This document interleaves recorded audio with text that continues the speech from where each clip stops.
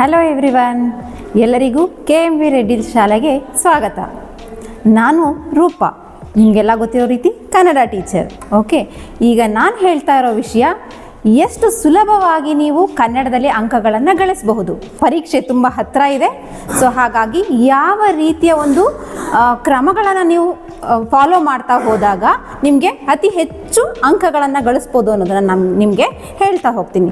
ನಮ್ಮ ಕನ್ನಡ ಪೇಪರ್ ನೋಡಿದಾಗ ನಮಗೆ 2 ಭಾಗಗಳನ್ನಾಗಿ ವಿಂಗಡಣೆ ಮಾಡಿರ್ತಾರೆ. ಅದರಲ್ಲಿ ಒಂದು 40 MCQ ಆ್ಯಂಡ್ 40 ರೈಟಿಂಗ್ ಪಾರ್ಟ್.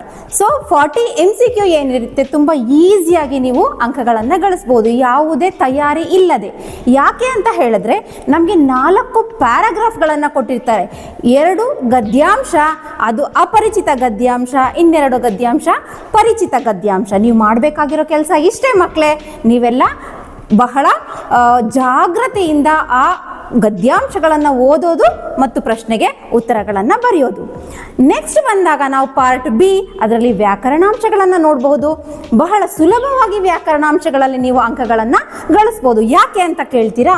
ನೀವು 1ನೇ ತರಗತಿಯಿಂದ 9ನೇ ತರಗತಿವರೆಗೂ ಏನು ವ್ಯಾಕರಣಾಂಶಗಳನ್ನು ಓದ್ಕೊಂಡ್ಬಂದಿದ್ದೀರಾ, ಎಲ್ಲ ಇರೋ ವ್ಯಾಕರಣಾಂಶಗಳೇ ಇರುತ್ತೆ ನಮ್ಮ ಪ್ರಶ್ನೆ ಪತ್ರಿಕೆಯಲ್ಲಿ. ಸೊ ಹಾಗಾಗಿ ನೀವು ಬಹಳ ಸುಲಭವಾಗಿ ವ್ಯಾಕರಣಾಂಶಗಳಲ್ಲಿ ಅಂಕಗಳನ್ನು ಗಳಿಸ್ಬೋದು. ಇನ್ನು 12 ಅಂಕಗಳಿಗೆ ನಮಗೆ ಯಾವುದು ಲೆಟರ್ ರೈಟಿಂಗ್, ಎಸ್ಸೆ ರೈಟಿಂಗ್, ಏನು ಪತ್ರಲೇಖನ, ಪ್ರಬಂಧ ಮತ್ತು ವರದಿಯನ್ನು ನಾವು ನೋಡ್ತಾ ಹೋಗ್ಬೋದು.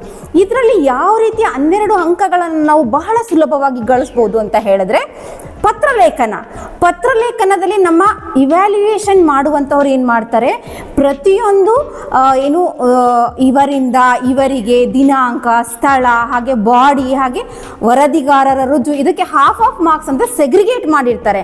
ನೀವು ಯಾವುದೇ ಕಾರಣಕ್ಕೂ ಒಂದು ಗೊತ್ತಿರುವಂತಹ ಆ ಪ್ಯಾಟ್ರನ್ ಅನ್ನು ಫಾಲೋ ಮಾಡ್ತಾ ಹೋದರೆ ಅದರಲ್ಲಿ ಕಂಪ್ಲೀಟ್ ಕಂಟೆಂಟ್ ಇಲ್ಲದೆ ಇದ್ರೂ ಕೂಡ ಸುಲಭವಾಗಿ ನೀವು 4 ಅಂಕಗಳನ್ನು ಗಳಿಸ್ಬೋದು. ಹಾಗೆ ಪ್ರಬಂಧ ನೋಡೋದಾದರೆ ನಮಗೆ ಬರೋದು 3 ಟೈಟಲ್ಸ್ ಬರುತ್ತೆ. ಒಂದು ಪೀಠಿಕೆ, ವಿವರಣೆ ಮತ್ತು ಉಪಸಂಹಾರ. ಈ 3 ಒಂದು ಪ್ಯಾರಾಗ್ರಾಫಲ್ಲಿ ನೀವು ಫಾಲೋ ಮಾಡಿದ್ದೀರಾ ಅಂತ ಹೇಳಿದ್ರೆ ಅತಿ ಸುಲಭವಾಗಿ ಅಂಕಗಳನ್ನು ಗಳಿಸ್ಬೋದು.